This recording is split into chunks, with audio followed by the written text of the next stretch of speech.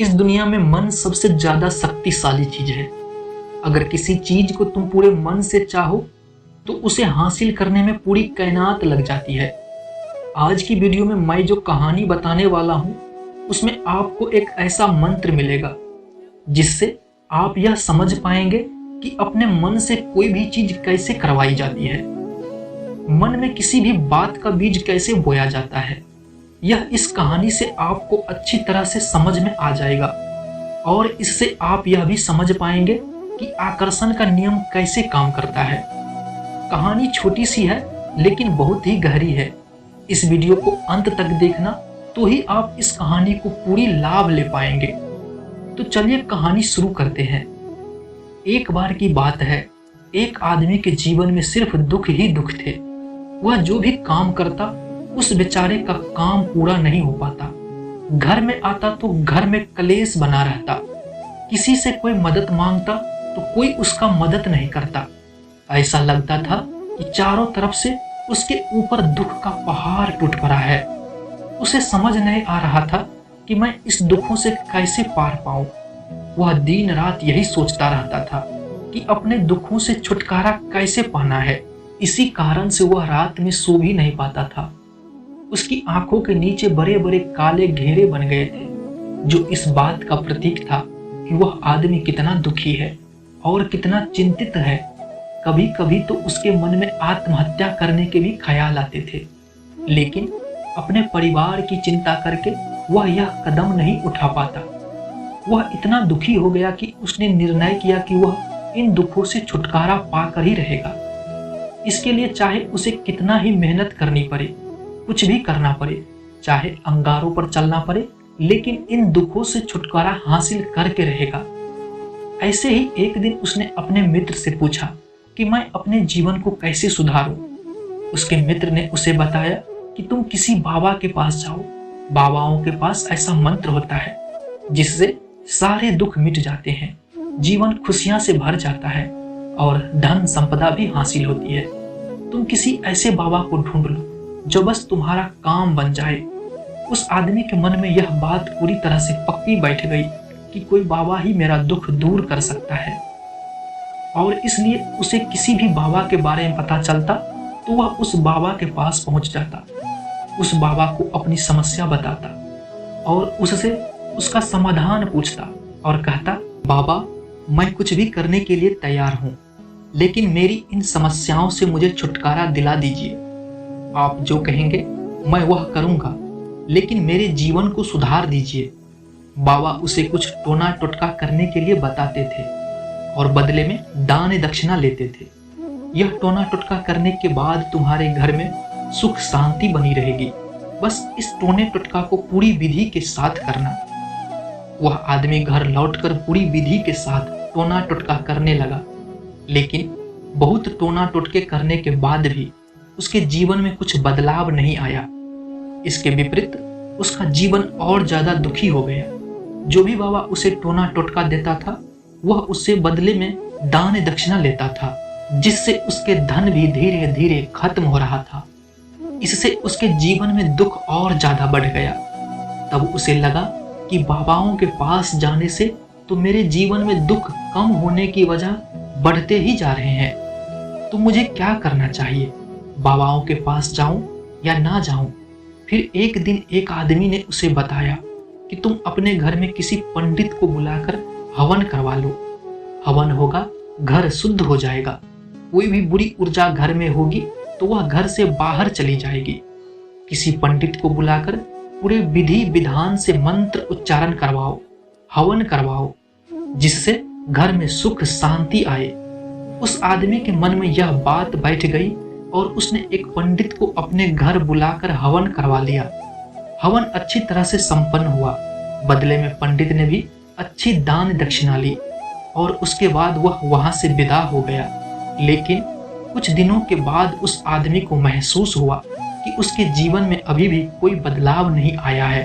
वह आदमी पूरी तरह से दुखी हो गया और ज्यादा परेशान हो गया। अब तो उसे लगने लगा था कि मेरे जीवन से दुख कभी खत्म नहीं होंगे, और यही सोच सोच कर उस आदमी का हाल बुरा हो गया था। फिर एक दिन उसे अपने मित्र से एक ऐसे बाबा के बारे में पता चला जो समाधान बताने का कोई दक्षिणा नहीं लेता था। उस आदमी को लगा कि यह बाबा दूसरे बाबाओं की तरह नहीं हो सकता, क्योंकि यह तो दान दक्षिणा नहीं लेता है, और अगर दान दक्षिणा नहीं लेता तो यह सच में कोई सिद्ध बाबा होगा। और यही सोचकर वह उस बाबा के पास पहुंच जाता है। जब वह आदमी वहां पहुंचता है तो वह बाबा ध्यान में बैठे हुए थे। यह देखकर वह आदमी वहां पर चुपचाप बैठकर ध्यान से बाहर आने का इंतजार करने लगा। थोड़ी देर बाद बाबा ने आंख खोली तो सामने एक दुखी और परेशान युवक को बैठे देखकर उसके आंखों के नीचे काले घेरे देखकर ही समझ गया कि यह आदमी अपने जीवन से कितना परेशान है। उसे संबोधित करते हुए बाबा ने पूछा कि बच्चा, क्या चाहते हो? बाबा के पास क्या लेने आए हो? उस आदमी ने कहा कि बाबा, मैं अपने जीवन से बहुत परेशान हूँ। मैंने इन दुखों को दूर करने के लिए बहुत सारे रास्ते अपनाए, हर वो तरकीब करके देखे जो किसी बाबा ने मुझे बताई, हर वो काम किया जो कोई भी इंसान ने मुझसे करने को कहा, लेकिन मेरे दुखों में कोई कमी नहीं आई। बाबा, इसके विपरीत मेरे दुखों में बढ़ोतरी हो गई है। मुझे समझ में नहीं आ रहा कि मैं क्या करूं। कभी कभी तो मैं आत्महत्या करने की सोचता हूं, लेकिन मैं अपने परिवार के बारे में सोचकर मैं यह कदम नहीं उठाता हूं। मैंने आपके बारे में बहुत सुना है और मैं उम्मीद के साथ आपके पास आया हूं। कृपया करके मुझे कोई ऐसी मार्ग बताएं जिससे मुझे अपने दुखों से छुटकारा मिल जाए। मैं अपने दुखों से छुटकारा पाने के लिए कुछ भी करने के लिए तैयार हूँ। आप मुझे कोई भी रास्ता बताएं, चाहे वह रास्ता कितना भी कठिन क्यों न हो, मैं उसको पार करके रहूंगा। बाबा ने महसूस किया कि आदमी तो सच में बहुत परेशान है। बाबा ने उसकी बात सुनकर कहा कि बच्चा, दुखों को दूर करने के लिए मंत्र ऐसे ही नहीं मिलते हैं। मंत्र पाने के लिए कुछ करना पड़ता है। तुम कुछ कर सकते हो। यह सुनकर पहले तो उस आदमी ने सोचा कि यह बाबा भी मुझसे दान दक्षिणा मांगेंगे, लेकिन कोई रास्ता न पाकर उस आदमी ने कहा, बाबा, आपको जितना भी दान दक्षिणा चाहिए मैं देने के लिए तैयार हूँ, लेकिन आपका मंत्र सच्चा होना चाहिए, वह पूरा होना चाहिए, उसका फल मुझे मिलना चाहिए। उसके बाद मैं आपको जो भी दान दक्षिणा लेना चाहते हैं मैं आपको दे दूंगा। बाबा ने कहा, दान दक्षिणा तो बहुत छोटी चीज है, मुझे वह नहीं चाहिए। इस पर वो आदमी सोच विचार करके बोला, तो बाबा, मैं अंगारों पर चलने के लिए भी तैयार हूँ, आप मुझे बस आज्ञा दीजिए। बाबा ने कहा, अंगारों पर चलने वाली छोटी चीज मैं तुमसे नहीं करवाने वाला हूँ। मैं जो तुमसे करवाने वाला हूँ वह बहुत कठिन मंत्र है, उसे कर पाओगे? उसने कहा, बाबा, आप मुझे बताइए तो सही, मुझे करना क्या होगा? मैं कुछ भी करने के लिए तैयार हूँ। इस पर बाबा ने उसे कहा कि यहाँ से जब तुम अपने घर जाओ, रास्ते में अपने मन में यह दोहराते जाना कि मैं सुखी हूँ, मैं सुखी हूँ। बार बार अपने मन में यही दोहराना, और याद रहे जुबान पर यह नहीं आनी चाहिए, यह सिर्फ मन में दोहराना। यह सुनकर वो आदमी बोला, बाबा, बस इतनी सी बात, यह तो मैं चुटकी बजाते कर लूंगा, लेकिन इससे होगा क्या? बाबा बोले कि इस मंत्र को करके तो देखो, वैसे भी तुमने इतने बाबाओं के मंत्र किए हैं, तो इस मंत्र को भी करके देख लो।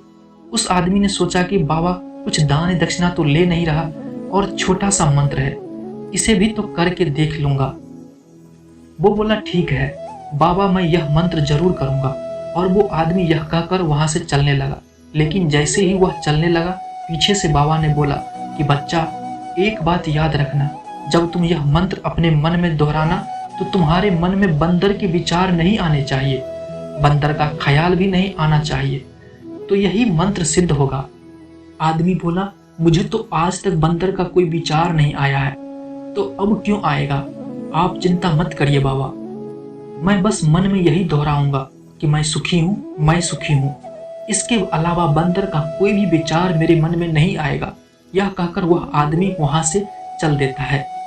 वह अपने मन में सुखी हूँ, मैं सुखी हूँ, यह दोहराता हुआ थोड़ी दूर ही चला था कि उसके मन में अचानक बंदर का ख्याल आ गया। बंदर का ख्याल एक बार आया और चला भी गया, लेकिन उस आदमी ने सोचा, आज तक तो मुझे बंदर का कोई भी विचार नहीं आया, यह अचानक आज बंदर का विचार क्यों आ गया? और ऐसा करके उसने उस बंदर के विचार को पकड़ लिया और यह भूल गया कि मुझे क्या मंत्र दोहराना है, और वह बंदर के बारे में सोचने लगा। जब थोड़ी देर बाद फिर से उसे होश आया तो वह फिर से वही मंत्र दोहराने लगा जो बाबा ने उसे बताया था, मैं सुखी हूँ, मैं सुखी हूँ। लेकिन अचानक उसे एक बंदर दिखाई दिया और यह देखकर फिर से उसके मन में बंदर का विचार उठ गया, और यह देखकर वह विचार को बाहर फेंकना चाहता था। और वह चाहता था कि मेरे अंदर किसी तरह से बंदर का विचार ना आए, लेकिन उसे तो सामने बंदर ही दिखाई दिया। ऐसा ही करते करते वह घर पहुंचा, और घर पहुंचने के बाद अपनी पत्नी को कहा कि हे बंदरिया, मुझे खाने में बंदर परोस दो। और जब उसे एहसास हुआ कि उसने क्या बोल दिया तो वह अपने बाल नोचने लगा और दीवार में सिर मारने लगा कि आज तक मुझे बंदर का कोई भी विचार नहीं आया, और आज मुझे ये क्या हो गया है कि मुझे हर जगह बंदर ही बंदर नजर आ रहा है। यह कैसी माया है? यह सोच सोच कर वह आदमी रात भर सो नहीं पाया।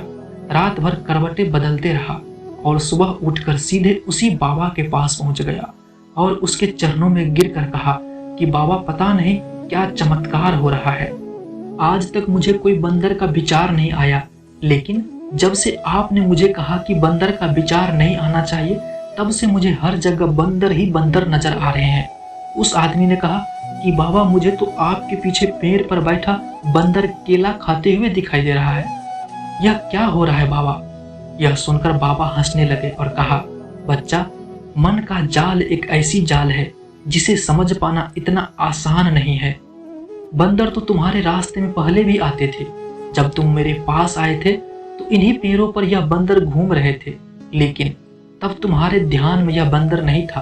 तब तुम्हारे ध्यान में सिर्फ दुख थे। इसके बाद बाबा ने उसे बताया कि बच्चा, हम जिस चीज से भी दूर भागना चाहते हैं वही चीज हमारे मन में बहुत गहरे में प्रविष्ट हो जाती है और हमारे अंतर मन में समा जाती है। असल में हम जिस चीज से छुटकारा पाना चाहते हैं उससे छुटकारा इसलिए पाना चाहते हैं कि वह हमारे साथ बहुत गहरे से जुड़ी हुई है, और हम जितना ही उससे छुटकारा पाना चाहते हैं वह उतना ही गहरी हमारे मन में बैठती जाती है और आखिरकार हमारे अंतर मन में छा जाती है। ऊपर से तो हम चाहते हैं सुखी होना, कि मैं सुखी हूँ, सुखी हूँ। हमारे होठ भी यही बोलते रहते हैं, लेकिन हमारे मन में दुख समाये होते हैं। हमारे विचारों में, हमारे मन में दुख ही दुख दिखाई देते हैं। इसलिए अपनी जुबान से बार बार यह बोलने से मैं सुखी हूँ, मैं सुखी हूँ, मैं सुखी हूँ नहीं होंगे जब तक यह मंत्र हमारे अंतर मन में प्रविष्ट नहीं होगा। इस पर उस आदमी ने पूछा कि बाबा, लेकिन यह मंत्र हमारे अंतर मन में प्रविष्ट कैसे होगा? यह सुनकर बाबा ने कहा कि बच्चा, अपने दुखों से लड़ना बंद कर दो। जब तक तुम अपने दुखों को दूर करने की सोचते रहोगे तब तक वो दुख तुमसे चिपके रहेंगे। तब तक वो दुख तुम्हारे अंतर मन पर अपना राज बनाए बैठे रहेंगे। जिस दिन तुम उन दुखों के बारे में सोचना छोड़ दोगे उसी दिन से तुम्हारे जिंदगी से दुख गायब हो जाएंगे, क्योंकि किसी भी चीज से छुटकारा पाने के लिए हमें उस चीज के बारे में सोचना पड़ता है, और हम जितना उस चीज के बारे में सोचते हैं वह उतनी ही गहरी हमारे मन में प्रविष्ट होती चली जाती है। हम अधिकतर समय दुखों के बारे में सोचते हैं। हम यही सोचते हैं कि हमारे जीवन में दुख है और हमें इससे छुटकारा पाना है। इसी वजह से बार बार सोचने से वो दुख हमारे अंतर मन में प्रविष्ट हो जाते हैं और हमें एहसास भी नहीं होता। इसलिए अगर तुम दुखों से छुटकारा पाना चाहते हो तो दुख से छुटकारा पाने के बारे में सोचना छोड़ दो। तुम्हें दुखों से छुटकारा मिल जाएगा। अक्सर आदमी धूम्रपान छोड़ना चाहता है, शराब छोड़ना चाहता है। सुबह अपने आप से वह वादा करता है कि मैं कोई भी गलत काम नहीं करूंगा, लेकिन शाम को जब वह लौटता है तो नशे में चूर होकर लौटता है। ऐसा क्यों होता है?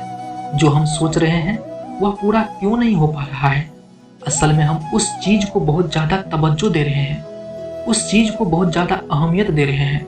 जब भी हम उस चीज को छोड़ने के बारे में सोचते हैं तो हम उसकी इम्पोर्टेंस और ज्यादा बढ़ा देते हैं। हमारा मन उस चीज के बारे में जितना ज्यादा सोचेगा, हमारा मन उतना ही उस चीज के पीछे ज्यादा भागेगा। हमें उस चीज से लड़ना नहीं है, बल्कि बिना सोचे गुजर जाना है। और अगर हम इस मंत्र को समझ लेते हैं तो हम अपने जीवन में जो भी पाना चाहते हैं उसे अपने अंतर मन में डाल सकते हैं। और एक बार जो लक्ष्य हमारे अंतर मन में बैठ जाता है तो फिर सफलता पाने में कोई समस्या नहीं आती है, कोई दिक्कत नहीं आती है। बस दोस्तों, इस वीडियो में इतना ही। अगर आपने चैनल को सब्सक्राइब नहीं किया है तो सब्सक्राइब कीजिए, लाइक, कमेंट और अपने दोस्तों के साथ शेयर जरूर कीजिए। जय श्री कृष्णा।